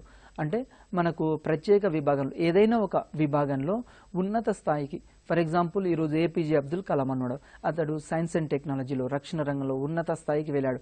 అంటే అక్కడ ఏమవుతుంది, అతని లోపల ఉన్న సహజ సామర్థ్యంతో అతను పైకి వెళ్ళాడు. ఈ విధంగా నెక్స్ట్ అదేవిధంగా సాఫల్యానికి అవసరమైన ప్రజ్ఞ, మూర్తిమత్వం, వివిధ కారకాల సముదాయమే సహజ సామర్థ్యం అన్నారు జోన్స్ అన్నాడు. ఇక్కడ ఏమన్నంటే ఒక వ్యక్తి అపజయమైన, జయమైన, విజయమైన దేని మీద ఆధారపడి ఉంటాయంటే ప్రజ్ఞ మీద ఆధారపడి ఉంటుంది. అదేవిధంగా మూర్తిమత్వం మీద ఆధారపడి ఉంటుంది, అంటే అతని యొక్క పర్సనాలిటీ మీద ఆధారపడి ఉంటుంది. వివిధ కారకాల సముదాయమే, వీటన్నింటినీ కలిపితేనే సహజ సామర్థ్యం అంటాడు జోన్స్. నెక్స్ట్ ప్రతి వ్యక్తిలో సామర్థ్యాలు నిగూఢంగా దాగి ఉండును, ఇవి శిక్షణ ద్వారా వికసించును. సిఎల్ హాల్ అంటాడు. సిఎల్ హాల్ ఇది డెఫినేషన్ చాలా ఇంపార్టెంట్, చాలాసార్లు అడిగాడు. ప్రతి వ్యక్తి లోపల నిగూఢంగా కొన్ని అంశాలు దాగి ఉంటాయి. స్వామి వివేకానంద ఉన్నాడు, అతడు ప్రపంచంలో గొప్ప వక్త. అతని లోపల ఉన్న ఆ శక్తిని మనం ఏంది నిగూఢంగా అతని గురువులు బయటికి తీసుకొచ్చారు. అదేవిధంగా మహాత్మా గాంధీ ఉన్నాడు, జవహర్లాల్ నెహ్రూ ఉన్నాడు. అంటే వాళ్ళ లోపల ఉన్న అంతర్గతంగా ఉన్న శక్తుల్ని ఉపాధ్యాయులు ఏం చేయవచ్చు, బయటికి తీసుకురావచ్చు. ఈ విధంగా ఇవి ఏమవుతాయంటే శిక్షణ ఇచ్చినా కానీ బయటికి వికసిస్తాయి, శిక్షణతోటి వికసిస్తాయి. అదేవిధంగా ఇంకొకటి ఇక్కడ భవిష్యత్తులో వ్యక్తి పొందగలిగే సామర్థ్యాన్ని సూచించే ప్రస్తుత పరిస్థితిని సహజ సామర్థ్యం ఎవరనంటే ట్రాక్స్ లార్ అన్నాడు. ఇక్కడ ఏమనంటే భవిష్యత్తులో ఒక వ్యక్తి పొందగలిగే సామర్థ్యము, ప్రస్తుత స్థితి ఏంది, ఇవన్నీ తెలియజేసింది సహజ సామర్థ్యం.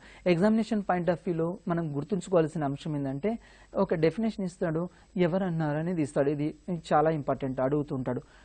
ఇక్కడ చూద్దాం ఒకసారి. సహజ సామర్థ్యాల మీద అధ్యయనం చేసిన మూల పురుషుడు ఎవరు అంటే సిఎల్ హాల్. చాలాసార్లు ఎగ్జామినేషన్లో అడిగాడు. ఈ సహజ సామర్థ్యాల మీద బాగా అధ్యయనం చేసింది ఎవరు అంటే సిఎల్ హాల్ అధ్యయనం చేశాడు. సహజ సామర్థ్యాలు అంటే ఒకసారి చూద్దాం. సామర్థ్యం అంటే ఏంది? ఒక వ్యక్తి ప్రస్తుత స్థితిని సూచించేదాన్ని సామర్థ్యం అంటాం. అంటే కెపాసిటీ అంటే ఫర్ ఎగ్జాంపుల్ ప్రస్తుతం అతడు ఎట్లా ఉన్నది తెలియచేదాన్ని ఏమంటామంటే సామర్థ్యం అంటాం. ఫర్ ఎగ్జాంపుల్ లెక్కలు బాగా చేస్తున్నాడు, అతని సామర్థ్యం ఏంది? గణిత సామర్థ్యం. అంటే ప్రస్తుతం ఉన్న స్థితిని తెలియజేసేదాన్నేమో సామర్థ్యం అంటాం. అదేవిధంగా సాధన. సాధన అంటే ఏంటంటే ఒక వ్యక్తి గతాన్ని సూచిస్తుంది. ఫర్ ఎగ్జాంపుల్ ఈరోజు మనకు జాబ్ వచ్చింది అనుకోండి, టీచర్ జాబ్ వచ్చింది అంటే టీచర్ జాబ్ రావడానికి కారణం ఏంది? అంతకుముందు మీరు బీఎడ్ చేశారు, తర్వాత టెట్కి ప్రిపేర్ అయ్యి టెట్లో క్వాలిఫై అయ్యారు, ఆ తర్వాత డిఎస్సి రాశారు, జాబ్ వచ్చింది. అంటే ఈ సాధన అనేది ఏం సూచిస్తుంది అంటే వ్యక్తి యొక్క గతాన్ని సూచిస్తుంది. ఈరోజు ఏ వ్యక్తి అయినా గొప్ప వ్యక్తి కావాలి అంటే చాలా కష్టాలు పడే పైకి వస్తాడు. ఫర్ ఎగ్జాంపుల్ ఈరోజు ఒక సినిమా యాక్టర్ని తీసుకుందాం, శోభన్ బాబు ఉన్నాడు. శోభన్ బాబు కూడా ఎట్లా వచ్చాడు పైకి? చాలా చిన్న చిన్న క్యారెక్టర్ చేసి ఆ తర్వాత పైకి వచ్చాడు.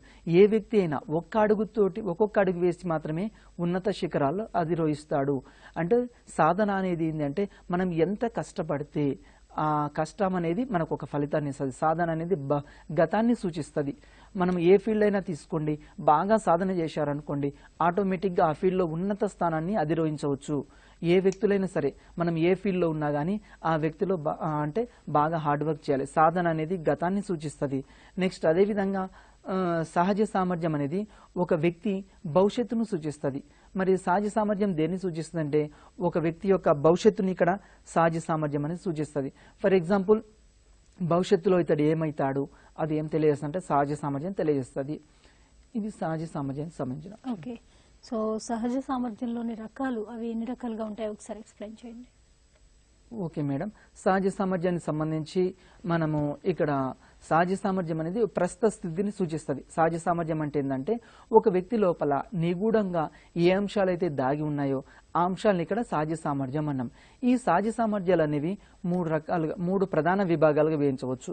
అవి ఏంటంటే నెంబర్ 1 విద్యా సంబంధ సహజ సామర్థ్యాలు, రెండోది వృత్తి సంబంధ సహజ సామర్థ్యాలు, మూడోది సౌందర్య కళా సంబంధ సహజ సామర్థ్యాలు.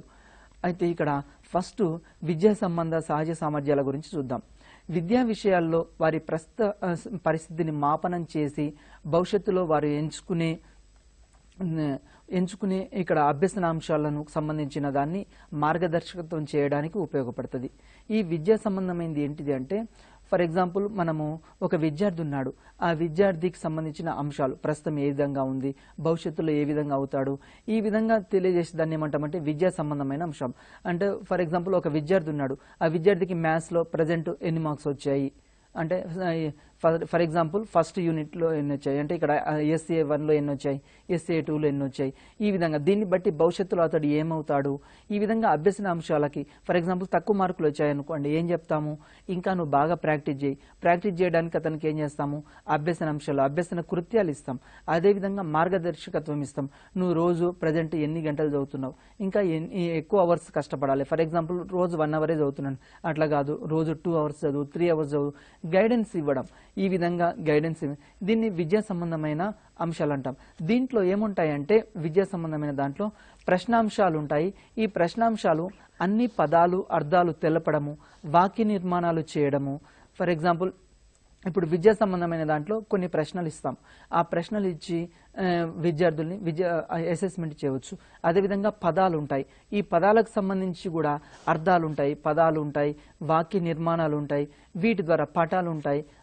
ఫర్ ఎగ్జాంపుల్ మనకు ఒక పటం ఇస్తాం, ఆ పటాన్ని గురించి ఎక్స్ప్లెయిన్, జీర్ణ వ్యవస్థ అనే పటం ఇచ్చాం, లేకుంటే తెలంగాణ మ్యాప్ ఇచ్చాం, తెలంగాణ మ్యాప్ ఇచ్చి మన తెలంగాణ రాష్ట్రానికి సరిహద్దులేంది దాన్ని వ్యాఖ్యానించమని చెప్పవచ్చు. ఈ విధంగా గణిత సామర్థ్యానికి సంబంధించి గణిత సమస్యలు కూడా ఉంటాయి. విద్యా సంబంధమైన దాంట్లో ఇవన్నీ ఉంటాయి. అదేవిధంగా ఉదాహరణకు తీసుకుందాము. ఈ విద్యా సంబంధమైన సహజ సామర్థ్యాలు ఏం చేస్తారంటే ఎగ్జామినేషన్ పాయింట్ ఆఫ్ వ్యూలో అడుగుతాడు. మెట్రోపాలిటన్ రెడీనెస్ టెస్ట్, ఇది దేనికి సంబంధించిందంటే విద్యా సంబంధమైన దానికి సంబంధించి. అదేవిధంగా డిఫరెన్షియల్ ఆప్టిట్యూడ్ టెస్ట్, ఇది కూడా విద్యా సంబంధమైన దానికి సంబంధించి. ఇక రెండవది ఏంటి అంటే వృత్తి సంబంధ సహజ సామర్థ్యాలు ఉన్నాయి. ఈ వృత్తి సంబంధమైన దాంట్లో మెట్రోపాలిటన్ రెడీనెస్ టెస్ట్, అదేవిధంగా డిఫరెన్షియల్ ఆప్టిట్యూడ్ టెస్ట్, ఇవి వృత్తి సంబంధమే. ఎగ్జామినేషన్ పాయింట్ ఆఫ్ వ్యూలో ఏం చేస్తారంటే ఒక మెట్రోపాలిటన్ రెడీనెస్ టెస్ట్ దేనికి సంబంధించింది అంటాడు. అంటే దేనికి సంబంధించింది? వృత్తి సంబంధ సహజ సామర్థ్యము.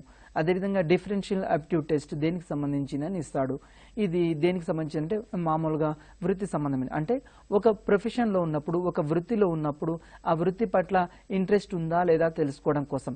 ఫర్ ఎగ్జాంపుల్ మీకు కూడా టెట్లో ఏం చేస్తారంటే ఇక్కడ ఈ చైల్డ్ డెవలప్మెంట్ గురించి ఇస్తున్నారు, అంటే ఉపాధ్యాయ వృత్తి పట్ల ఇంట్రెస్ట్ ఉందా లేదా తెలుసుకోవడం కోసం. అదేవిధంగా మీకు గురుకుల ఎగ్జామ్ జరిగింది, దాంట్లో టీచింగ్ అప్టిట్యూడ్ అని ఇచ్చాడు, అంటే ఏంది ఆ ఉపాధ్యాయ వృత్తి పట్ల ఎంత ఇంట్రెస్ట్ ఉంది లేదు తెలుసుకోవడం కోసం. వీటిని వృత్తి సంబంధమైన వాటిని చెప్తాం. నెక్స్ట్ అదేవిధంగా మనిషి జీవనానికి అవసరమయ్యే వాటిని సమకూర్చుకోవడానికి ఎన్నో పనులు చేస్తూ ఉంటాం. ఫర్ ఎగ్జాంపుల్ మన యొక్క జీవితం గడవాలి అంటే సమాజంలో వివిధ రకాల వృత్తులు ఉన్నాయి. అంటే ఒక్కొక్కరు ఒక్కొక్క రకమైన ప్రొఫెషన్ ఎన్నుకుంటారు. మరి ఆ ప్రొఫెషన్ ఎన్నుకున్నప్పుడు ఒక వ్యక్తి డాక్టర్ ఎన్నుకున్నాడు. మరి ఆ కోర్సు ఎన్నుకున్నప్పుడు అతనికి అసలు ఆ రంగం పట్ల ఇంట్రెస్ట్ ఉందా లేదా తెలుసుకోవడం కోసం ఈ టెస్టులు ఉపయోగిస్తూ ఉంటాం. అదేవిధంగా వృత్తి సంబంధ సహజ సామర్థ్యాలు పరీక్షలు నిర్వహించి వారిలో గల సహజ సామర్థ్యాన్ని మనం గుర్తించవచ్చు. అంటే ఆ ప్రొఫెషన్ పట్ల అతనికి ఇంట్రెస్ట్ ఉందా లేదా గుర్తించవచ్చు. అదేవిధంగా ఇవి ప్రధానంగా 3 రకాలుగా ఉండను. ఈ వృత్తి సంబంధమైన సహజ సామర్థ్యాలు 3 రకాలు. దీంట్లో ఏంటంటే యాంత్రిక సహజ సామర్థ్య పరీక్షలు. ఫర్ ఎగ్జాంపుల్ వివిధ లక్షణాల సమన్వయం ద్వారా యాంత్రిక సంబంధమైన పనులు చేయాల్సి ఉంటుంది. ఫర్ ఎగ్జాంపుల్ ఈ ఒక వ్యక్తికి యాంత్రిక సంబంధమైన వాటికి సంబంధించి చూద్దాం. ఇవి ఏం చేస్తామంటే ఒక ఇంజనీర్ ఉన్నాడు, ఇంజనీర్కి మరి ఆ ఇంజనీరింగ్ సంబంధించినవి అంటే ఆ మెకానికల్ ఫీల్డ్లో అతనికి ఇంట్రెస్ట్ ఉందా లేదా, మరి సాఫ్ట్వేర్ ఉంటే సాఫ్ట్వేర్కి సంబంధించి ఇంట్రెస్ట్ ఉందా లేదా, ఇక్కడ యాంత్రిక సంబంధమైన వాటిని ఇక్కడ మాపనం చేస్తూ ఉంటాము. ఈ పరీక్షలు కింది ద్వారా కూడా మనం యాంత్రిక సంబంధమైన సహజ సామర్థ్యాలు ఎట్లా పరీక్షిస్తాము అంటే దీంట్లో కూడా మళ్ళీ రకాలు. అంగుళీ నైపుణ్య పరీక్ష. ఫర్ ఎగ్జాంపుల్ మనకు అప్పుడప్పుడు టైప్ ఎగ్జామ్, ఒక జూనియర్ అసిస్టెంట్ కావాలనుకోండి ఏం చేస్తాం, టైప్ ఎగ్జామ్ పెడతాం. అంటే అతని యొక్క అంగుళీ నైపుణ్య పరీక్ష, ఫింగర్స్ ద్వారా దాన్ని టెస్ట్ చేయవచ్చు. అదేవిధంగా శ్రావణ నైపుణ్య పరీక్ష, అదేవిధంగా మిన్నోసోటా మ్యానిపులేషన్ టెస్ట్. ఈ విధంగా యాంత్రిక సామర్థ్య పరీక్షలు ఉంటాయి. ఎగ్జామినేషన్లో క్వశ్చన్ ఎట్లా ఇస్తారంటే అంగుళీ నైపుణ్య పరీక్ష అనేది దేని కిందికి వస్తుంది అంటాడు, అంటే యాంత్రిక సహజ సామర్థ్య పరీక్షల కిందికి వస్తుంది. అదేవిధంగా మనకు స్టెన్క్విస్ట్ యాంత్రిక సహజ సామర్థ్య పరీక్ష ఉంది. ఇది కూడా దేని కిందికి వస్తుంటే యాంత్రిక సహజ సామర్థ్య పరీక్ష కిందికి వస్తుంది. దీని తర్వాత గుమస్తా సహజ సామర్థ్య పరీక్ష అని చెప్తాం. ఇందులో ఏమైతే అంటే అక్షరాలు ఇస్తాడు. ఫర్ ఎగ్జాంపుల్ మనము ఒక గుమస్తా సహజ అంటే క్లరికల్ జూనియర్ అసిస్టెంట్ వాటికి ఎగ్జామ్స్ పెడుతున్నారు అనుకోండి, అక్కడ ఏం చేస్తారంటే కొన్ని అక్షరాలు ఇస్తాడు, అక్షరాలు ఇచ్చి వాటిని ఫిలప్ చేయమంటాడు, భాషా దోషాలు సరి చేయమని చెప్తుంటాడు, వ్యాకరణాంశాలు గుర్తించమంటాడు. ఫర్ ఎగ్జాంపుల్ మనకు టెట్లో కూడా చూడండి తెలుగుకు సంబంధించి అక్షరాలు వాక్యాలు ఇస్తాడు, తర్వాత వ్యాకరణం ఇస్తాడు, వ్యాకరణాంశాలు సరైనవి కాదు, ఈ విధంగా నెక్స్ట్ అదేవిధంగా పోల్చడం, వివేచన, ఇట్లాంటి అంశాలు కూడా. అదేవిధంగా వీటితో పాటు గణిత సమస్యల సాధన, ఇవన్నీ దేని కిందికి వస్తాయంటే గుమస్తా సహజ సామర్థ్యం. దీనికి సంబంధించి ఎగ్జామినేషన్లో క్వశ్చన్ ఎట్లా ఆడుతుందంటే Minnesota clerical aptitude test, general clerical test, ఈ విధంగా దీంట్లో అడుగుతుంటాడు క్వశ్చన్స్. అదేవిధంగా కళా సౌందర్య సహజ సామర్థ్యం, ఇది లాస్ట్ చూద్దాం. దీంట్లో సంగీతము, సాహిత్యము, చిత్రలేఖనము, శిల్పము, నృత్యము, ఈ విధంగా ఈ లలిత కళలు మనకు 5 వీటికి సంబంధించిన అంశాలు దీంట్లో జనరల్గా అడుగుతుంటాడు. దీంట్లో సాహిత్యం అనుకోండి, ఒక వ్యక్తికి పదధారలత ఉందా లేదా శాబ్దిక అంశాల ద్వారా ఇక్కడ అడుగుతుంటాడు. అదేవిధంగా సంగీతానికి సంబంధించి ఒక వ్యక్తిలో స్వరస్థాయి విచక్షణ తీవ్రత ఎంత ఉంది లేదు తెలుసుకోవడం కోసం, ధ్వని రూప విచక్షణ ఎట్లా ఉంది లేదు తెలుసుకోవడం కోసం ఈ సంగీతానికి సంబంధించి. నెక్స్ట్ అదేవిధంగా వీటన్నింటి ద్వారా ఏం చేస్తామంటే సహజ సామర్థ్యాలు పరీక్షిస్తుంటాం. ఇవి సహజ సామర్థ్యాలు. ఓకే, ఒకసారి ప్రీవియస్ బిట్స్ కూడా ఒకసారి చెప్తే మనం క్లోజ్ చేయొచ్చు. ఓకే మేడం, దీనికి సంబంధించి సహజ సామర్థ్య పరీక్షలో సీషోర్ మ్యూజికల్ టాలెంట్ టెస్ట్ అని ఒకటి ఉంది. ఎగ్జామినేషన్ పాయింట్ ఆఫ్ వ్యూలో ఏమి ఇస్తాడంటే Seashore motions of musical talents దేనికి సంబంధించిందని ఎగ్జామ్లో క్వశ్చన్ అడగవచ్చు. అంటే అర్థమైంది ఇది సౌందర్య కళ దానికి సంబంధించిన అంశాలు. ఈ విధంగా ఒకవేళ ఎగ్జామినేషన్లో ఇంకా క్వశ్చన్ ఎట్లా వేయవచ్చు అంటే సీషోర్ ఆర్ట్ జడ్జిమెంట్ టెస్ట్ అనేది దేనికి సంబంధించినది అని అడుగుతాడు. అంటే చిత్రలేఖానికి సంబంధించింది. అంటే మన ఫర్ ఎగ్జాంపుల్ డ్రాయింగ్ ఇట్లాంటి అంశాలు అనుకోండి, డ్రాయింగ్ సంబంధించిన అంశాలు మనం టెస్ట్ చేయాలంటే ఎగ్జామినేషన్లో ఏమి ఇస్తాడంటే సీషోర్ ఆర్ట్ జడ్జిమెంట్ టెస్ట్ అనేది దేనికి సంబంధించింది అంటాడు. అంటే చిత్రలేఖనం. ఎగ్జామినేషన్ పాయింట్ ఆఫ్ వ్యూలో ఈ విధంగా అంటే ఎట్లా ఇస్తాడంటే ఒక టెస్ట్ ఇస్తాడు, ప్రీవియస్లో దేని కిందికి సంబంధించింది అని అడుగుతుంటాడు. అదేవిధంగా ఒక కృత్యంలో ఒకరికి తర్ఫీదు ఇవ్వడానికి ముందు వారిలో సహజ సామర్థ్యాలు గుర్తించడానికి వీటిని జనరల్గా మనం నిర్వహిస్తుంటాం సహజ సామర్థ్య పరీక్షలు. ఈ సహజ సామర్థ్య పరీక్షలు కూడా 3 రకాలుగా ఉంటాయి. ఒకటేమో సాధారణ సహజ సామర్థ్య పరీక్ష అని చెప్తుంటాం. ఈ సాధారణ సహజ సామర్థ్య పరీక్ష అనేది యుఎస్లో అమెరికాలోని ఉపాధి కల్పన కేంద్రం వాళ్ళు దీన్ని రూపొందించారు. దీనికి సంబంధించి మనకు కొన్ని ఎట్లా ఇస్తారంటే దీంట్లో 12 రకాల పరీక్షలు ఉంటాయి. వీటిలో 8 వ్రాతపూర్వకమైనవి, 4 పరికరాలతో ఉంటాయి. జనరల్గా ఎగ్జామినేషన్ క్వశ్చన్లో ఎట్లా ఇస్తాడు అంటే జిఏటిబిలో మనకు ఎన్ని రకాల పరీక్షాంశాలు ఉంటాయి అంటాడు. దీంట్లో 12 రకాల పరీక్షాంశాలు ఉంటాయి. దీంట్లో 8 రిటర్న్కు సంబంధించి, 4 పరికరాలతోటి కూడుకున్న అంశాలు ఉంటాయి. ఈ విధంగా ఎగ్జామినేషన్ పాయింట్ ఆఫ్ వ్యూలో క్వశ్చన్స్ ఇస్తూ ఉంటాడు. నెక్స్ట్ అదేవిధంగా ఈ విధమైన జిఏటిబికి సంబంధించి 9 సహజ సామర్థ్యాల పరీక్షలు గణన చేస్తూ ఉంటారు మేడం. ఓకే, సో మనం లాస్ట్ క్లాస్లో మనం కొంత నేర్చుకున్నాము ఇండివిజువల్ డిఫరెన్సెస్ గురించి. సో ఈ రోజు మనం కంప్లీట్గా అన్ని అంశాలు కూడా డిస్కస్ చేసుకున్నామండి. Thank you so much for coming. Okay madam, thank you madam. Thank you. ఇది మన TV special live show. Keep watching మన టీవీ.